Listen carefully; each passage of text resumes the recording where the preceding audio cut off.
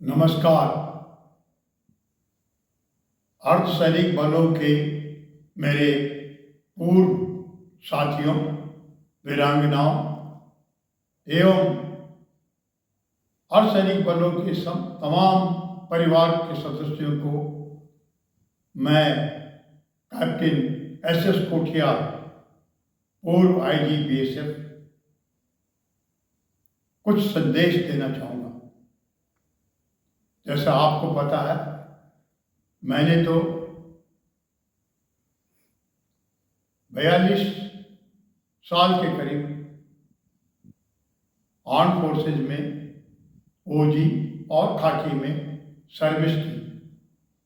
मैं पूर्व में आर्मी की गढ़वाल राइफल्स और सिख रेजिमेंट में मेजर के पद तक कार्यरत था।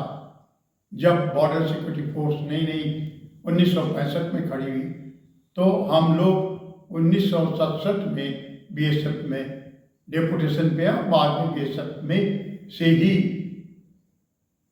2000 अगस्त में मैं रिटायर हुआ। बीएसएफ के इतने लंबे समय तक मेरा सौभाग्य था कि मैं आंतरिक सेवा में तथा बॉर्डर्स पे देश की सेवा कर सका। कश्मीर से लेकर के कन्याकुमारी और गुजरात से लेकर मणिपुर तक सभी जगह मैंने इतने लंबे समय तक कार्य किया और बीएसएफ और दूसरे सीएपीएफ की जितनी समस्याओं को समझने का मेरा अपना प्रयास रहा। अभी मैं पिछले 19 साल से उत्तराखंड में सीएपीएफ के अर्धसैनिक बलों का जो संगठन है उसका अध्यक्ष हूँ तथा राष्ट्रीय लेवल पर मैं जो हमारी national coordination committee of central parliamentary forces personal welfare association है, उसका वाइस चेयरमैन हूँ। 2004 जनवरी से लेके बाद में जितने हमारे साथी आर्मी, नेवी, एयरफोर्स या सीएपीएफ में भर्ती हुए, उनमें सरकार ने न जाने क्यों भेदभाव कर दिया। हम लोग संविधान की एक ही धारा के अंतर्गत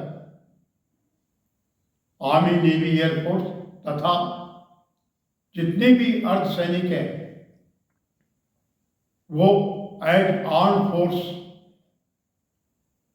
के तहत खड़े हुए। CRPF, BSF, ITBP, CISF, SSB और असम राइफल सभी आर्म फोर्स ऑफ यूनियन हैं। लेकिन जब पुरानी पेंशन को बंद किया गया, नई पेंशन लागू की, तो उस टाइम पर सरकार ने न जाने क्यों भेदभाव कर दिया कि जहाँ एक और आर्मी, नेवी, एयरफोर्स को पुरानी पेंशन लागू रखी, वहीं अर्धसैनिकों की पेंशन बंद कर दी। इसके लिए हमने काफ़ी प्रयास किए, सरकार को काफ़ी हमने अपनी पत्रों के द्वारा लिखा और अंततः हमें कोर्ट का सहारा लेना पड़ा। जो लोग सर्विस में, उन्होंने 82 रिट पिटीशन हाई कोर्ट में, दिल्ली के हाई कोर्ट में डाली।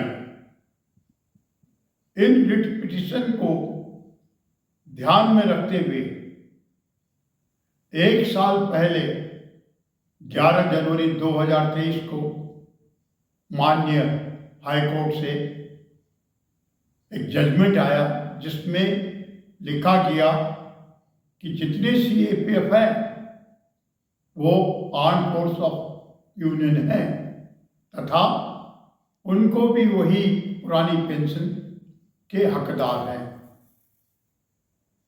हमने आदरणीय नरेंद्र मोदी जी, जो हमारे प्रिय नेता भी हैं और भारत सरकार के प्रधानमंत्री हैं, उनको तथा गृह मंत्री श्री अमित शाह जी को कई पत्र लिखे कि आप हाई कोर्ट के जो फैसला है उसको जल्दी से लागू करें। सरकार ने सुप्रीम कोर्ट से टाइम लेकर के और उसके खिलाफ एसएलपी में चले गए, जिसका फैसला कब होगा कोर्ट में है। लेकिन हम जिस तरीके से देश की रक्षा में लगे, सारी देशवासी जानते हैं कि कितने हमारे लोग बॉर्डर पर शहीद हो रहे हैं, कितने जवान हमारे आईएस ड्यूटी में शहीद हो रहे हैं। एक ही टाइम पर 15, 20, 25 और 50, 55 तक सीआरपी और दूसरी अर्धसैनिक बलों के जवान शहीद हुए। आज देश के पार्लियामेंट को जब आतंकियों ने हमला किया तो उस टाइम पर कौन किया था?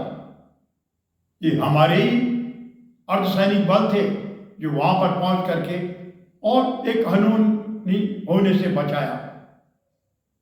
देश इसको जानता और आदरणीय प्रधानमंत्री जी भी इसको भली भांति जानते हैं, क्योंकि प्रधानमंत्री जी जब गुजरात के मुख्यमंत्री थे तो होली, दिवाली, दशहरा वो हमेशा सीमाओं पर जाकर के बॉर्डर सिक्योरिटी फोर्स के पोस्ट पर जाते थे।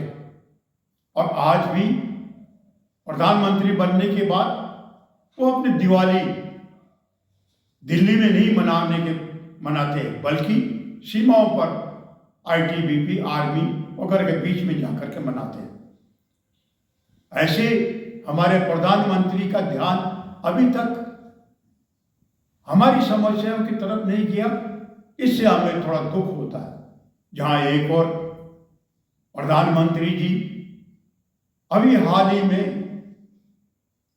11 दिन का उपवास रखने के बाद और 500 साल से इंतजारी करते हुए राम मंदिर में यजमान के रूप में खड़े हुए, उसके लिए जितनी उनकी तारीफ की जाए, हम नतमस्तक है कि ऐसे प्रधानमंत्री भारत में एक राम राज्य लाना चाह रहे हैं और रात दिन उसके लिए कार्य कर रहे हैं,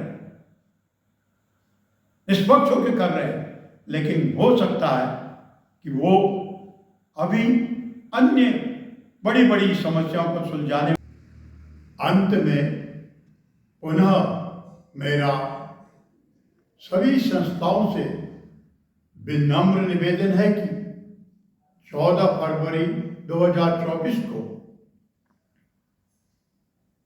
पुलवामा के शहीदों को श्रद्धांजलि देने के लिए देश के हर जनपद में विशेष कार्यक्रम आयोजित करें।